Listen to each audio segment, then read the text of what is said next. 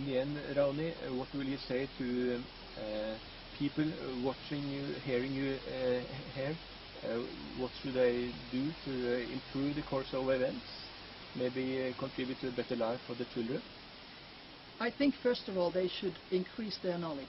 And there's a lot of information in internet, there's a lot of books on mind control, and then they should talk to their politicians in the community and in the parliaments, trying to get something done, because one way would be the laws. Now in 2004, the 1st of January, the state of Michigan put a law that anybody trying to use these electromagnetic weapons against humans or the environment gets jailed for 15 years to life imprisonment. And then a couple other states followed. In Russia, in the year 2000, I think, or no, was it 2002? 2002, President Putin, who was then president, signed a paper saying that it was forbidden to use it, but there the paper sort of is implemented after it is publicized, and it's not publicized. But there it is exactly how many years they get imprisoned if they use these, or if they produce them. But of course they produce them. It's all done in secrecy. So what does a normal Ulla Norman, Karin Norman, do, or Mr. and Mrs. Smith? Awareness, awareness, awareness, and say this has to be stopped. And when enough people know this technology, it's the masses that decide. Remember when Milosevic in Yugoslavia, they tried, NATO was bombing and they tried to get him out. 1 million people came to the streets and were demonstrating for 3 days or something. He went down. So the power of the energy of the people can change the world. What will you say to journalists and their editors within the television and the newspapers? I would say try to get programs out. And if you can't, I understand.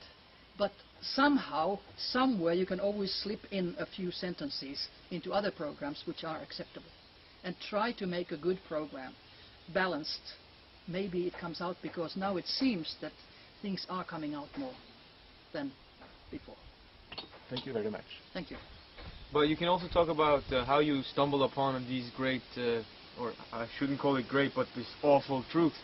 How did you when did you stumble upon? Oh, that was many years ago, about 15 years ago or so.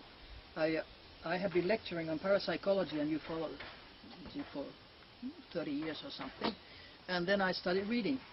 And then I met people who said, do you know what they're doing? Look at the lamps, and the street lamps in the cities. Yeah, hey, they've been changed in the last 10, 20 years. They look different. Why have they been changed? And if you look, you see that, hey, they're not normal lamps. There's something funny about them. They can change frequencies. They can affect your brain. Alter your mind through Absolutely. And that lights? is part of the electronic warfare. People don't know it. And I was skiing in Lapland, and it's in the North Finland, above the Arctic Circle, and it's a poor community. And they had a skiing globe, and they had old-fashioned lamps. And all of a sudden, once, hey, they've changed them into the big, very, very strong lamps like this. Why? Those cost at that time about $1,000 a piece. A poor community for a ski globe. And then I realized they were concentrating on people who take care of their health. You know, they're skiing and they're sporting and doing things. They have to be put down because they are the ones who are maybe strong to oppose. Just look at the lamps. At the worst is schools and daycare children's places, old people's homes, malls. Just look at them. Oh Christ!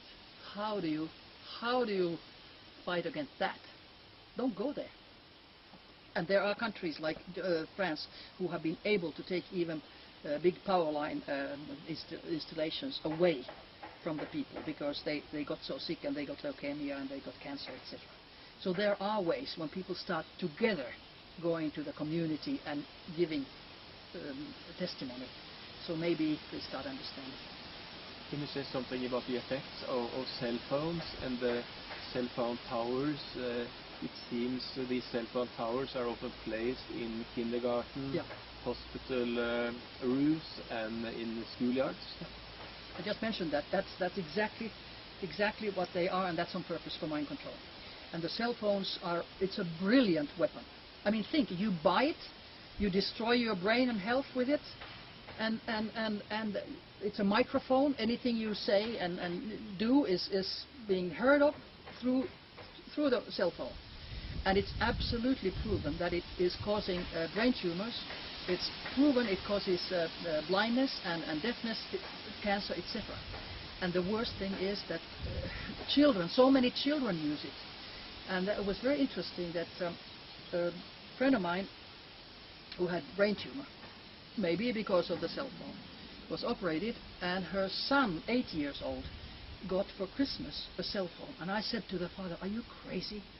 Your son is 8 years old?" The son listened to me and put it, further away.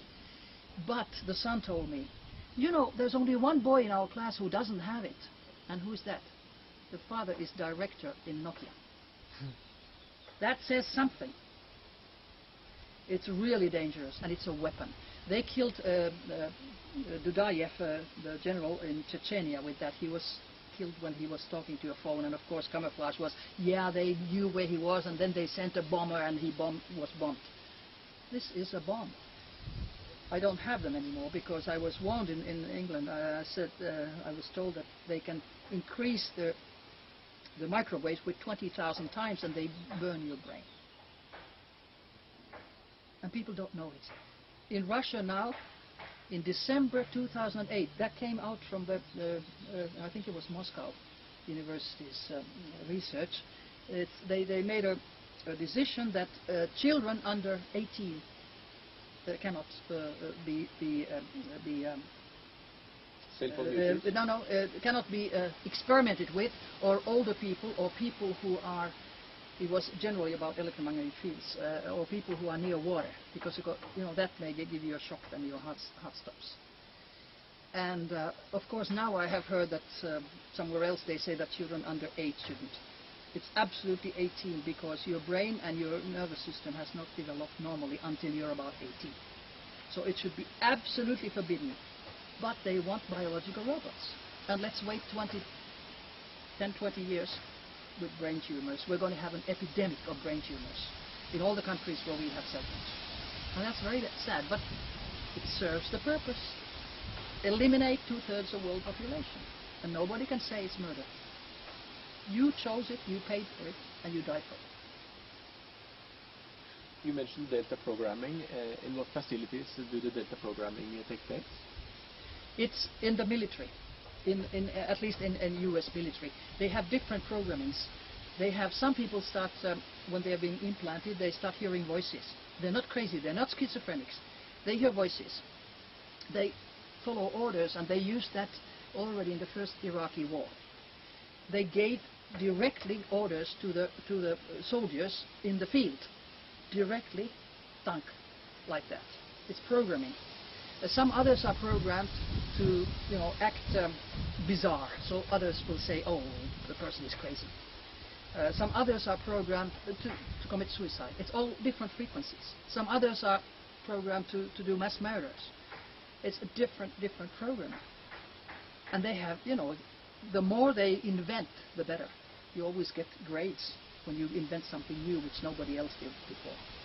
I think this is sick work.